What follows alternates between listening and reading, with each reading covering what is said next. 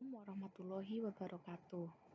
Perkenalkan, nama saya Ellen Maria Patwasih, NIM 19051214050 dari kelas Sistem Informasi 2019A. Di sini, saya akan mempraktikumkan dan sedikit menjelaskan tentang web server dan DNS server. Yang pertama, web server. Pengertian: web server adalah perangkat lunak yang berfungsi sebagai penerima permintaan yang dikirimkan melalui browser, kemudian memberikan tanggapan permintaan dalam bentuk halaman situs web atau lebih umumnya dalam dokumen HTML.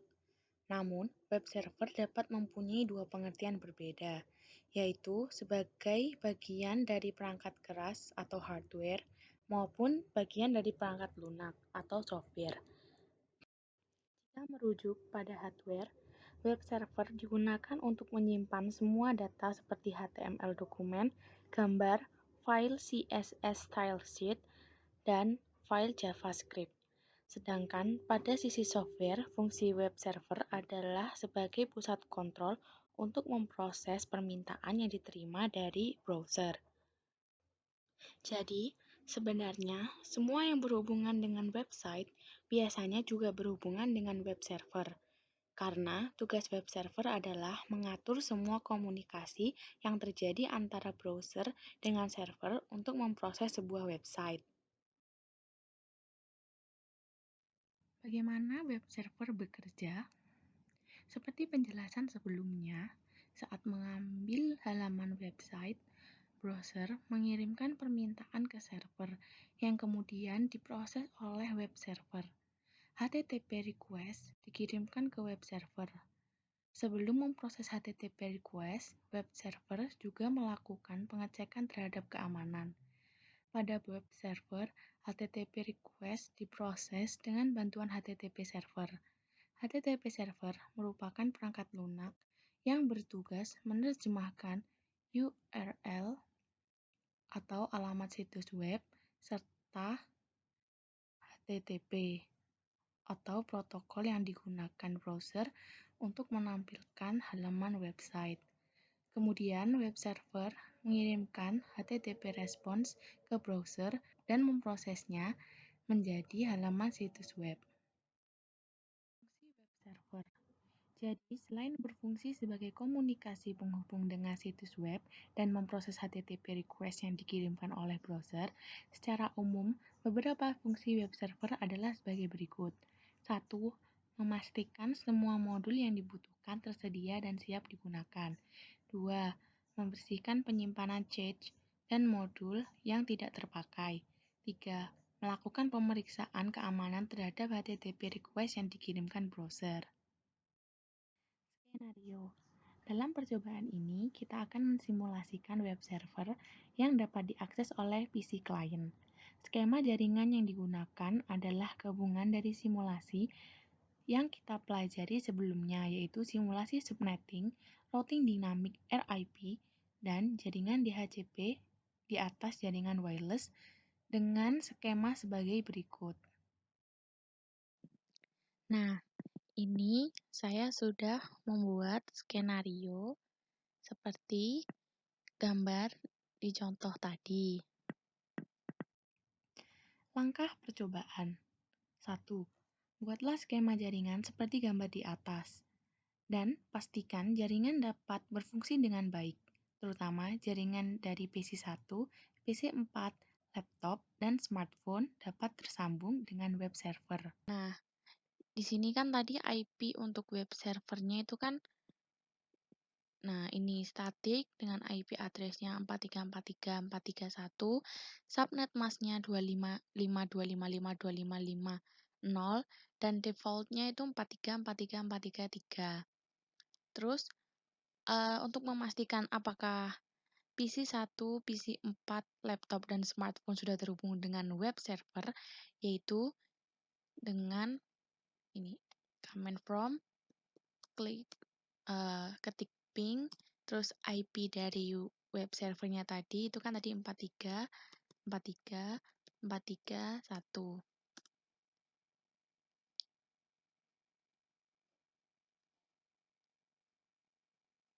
Nah, ini sudah muncul TTL, itu berarti kan sudah terhubung.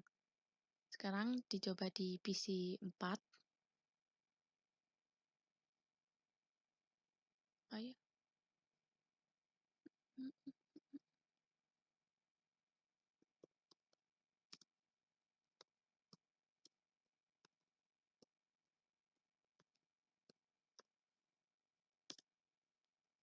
Nah, ini juga sudah terhubung PC 4 ke web server. Setelah itu di laptop.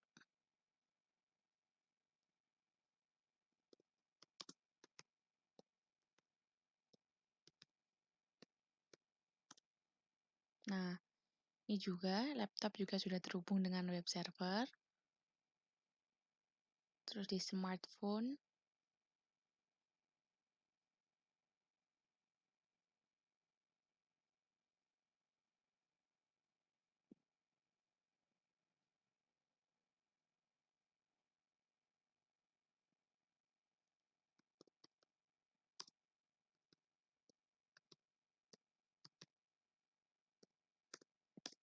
Nah, ini smartphone juga sudah terhubung dengan web server.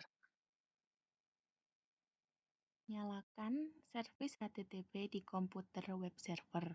Kemudian edit file index.html sehingga seperti berikut. Ganti isi index.html sehingga menjadi seperti ini. Nah, tadi kan menyalakan servis HTTP di web server. Nah, di sini diedit. Nah, tadi saya sudah mengganti indeks HTML-nya menjadi seperti ini, seperti yang diperintahkan tadi. Pada PC 1 dan laptop, buka aplikasi web browser dari tab desktop, lalu jalankan URL http 434343.1. Jika berhasil, maka akan tampil seperti berikut. Kan tadi perintahnya dicoba di PC 1. Nah, ini tadi kan IP-nya web server tadi kan 43434341. Nah, sudah terhubung. Terus tadi kan juga perintahnya laptop juga. Nah, 43434341. Nah, ini juga sudah bisa. Nah, sekian untuk web server. Terima kasih. Yang kedua, DNS server. Apa itu DNS? Domain Name Server atau DNS adalah sebuah sistem yang menghubungkan Uniform Resource Locator atau URL dengan Internet Protocol Address atau IP address. Normalnya, untuk mengakses internet, Anda perlu mengetikkan IP address sebuah website. Cara ini cukup merepotkan, sebab ini artinya Anda perlu punya daftar lengkap IP address website yang dikunjungi dan memasukkannya secara manual. NS adalah sistem yang meringkas pekerjaan ini untuk Anda. Kini, Anda tinggal mengingat nama domain dan memasukkannya dalam address bar. DNS kemudian akan menerjemahkan domain tersebut ke dalam IP address yang komputer pahami. Misalkan, Anda ingin mengakses Google, alih-alih menulis 172.217.0.142 ke dalam address bar, Anda tinggal memasukkan alamat google.com. Fungsi DNS. Dari penjelasan apa itu DNS, Anda pasti sudah mengira-ngira bagaimana sebetulnya DNS berfungsi. Namun, supaya lebih jelas, berikut dijabarkan 3 fungsi DNS. 1. Meminta informasi IP address sebuah website berdasarkan nama domain. 2. Meminta informasi URL sebuah website berdasarkan IP address yang dimasukkan. 1. Skenario. Dalam percobaan ini, kita akan mensimulasikan file server dan web server yang digabungkan dengan DNS server. DNS server di sini berfungsi untuk mentranslasikan IP address menjadi alamat domain yang lebih manusiawi.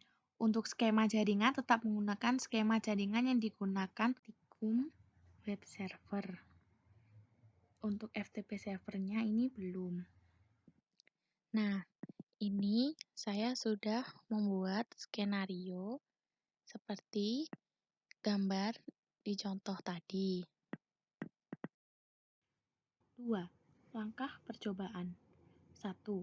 Buatlah skema jaringan seperti gambar di atas dan pastikan jaringan dapat berfungsi dengan baik, terutama dari PC 1, PC 4, laptop, dan smartphone dapat tersambung dengan DNS server 33.33.33.1, web server 43.43.43.1, dan untuk FTP server ini belum.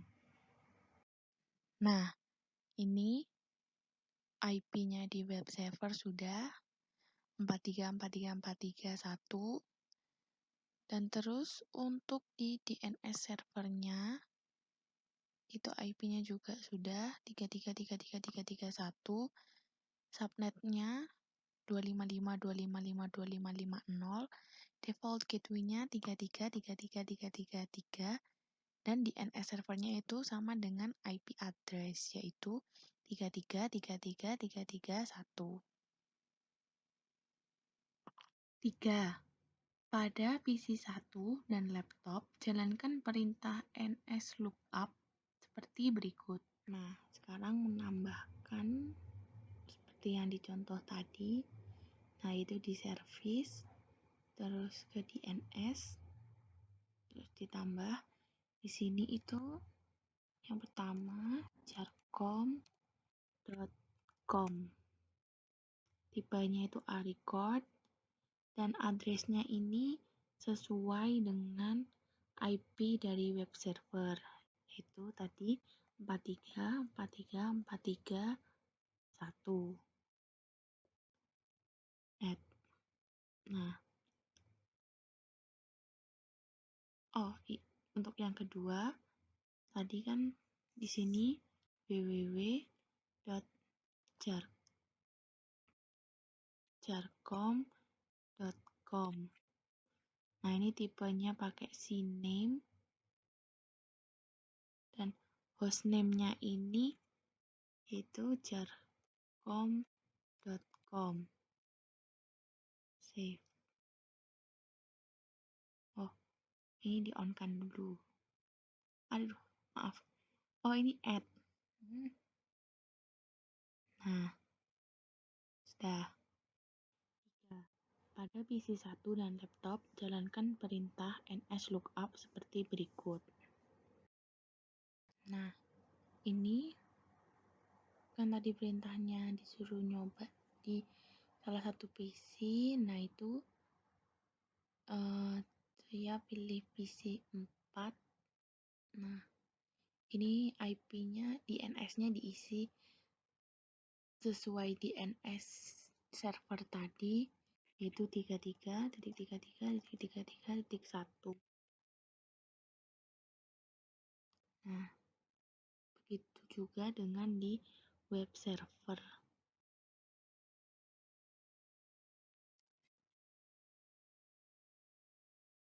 Nah, setelah itu dicoba nslookup-nya.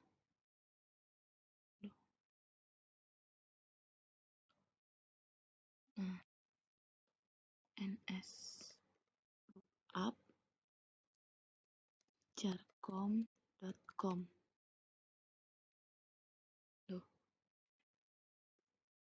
Bentar.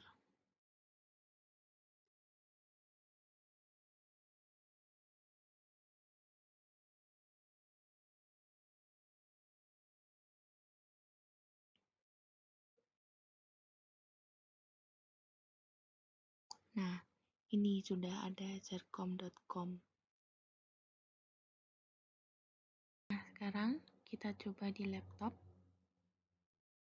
Nah, diisi dulu untuk DNS-nya. Oh, di DHCP. Nah, ini DNS-nya. Terus, apakah di sini sudah menerima DNS? Nah, sudah. Jadi, tinggal dicoba. Command from itu dengan ns lookup jarcom.com. Nah, ini sudah bisa.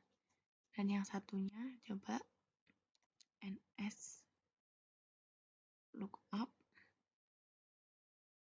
www.jarcom.com. Nah, ini juga sudah. 4. Pada PC 1 dan laptop, buka aplikasi web browser dari tab desktop.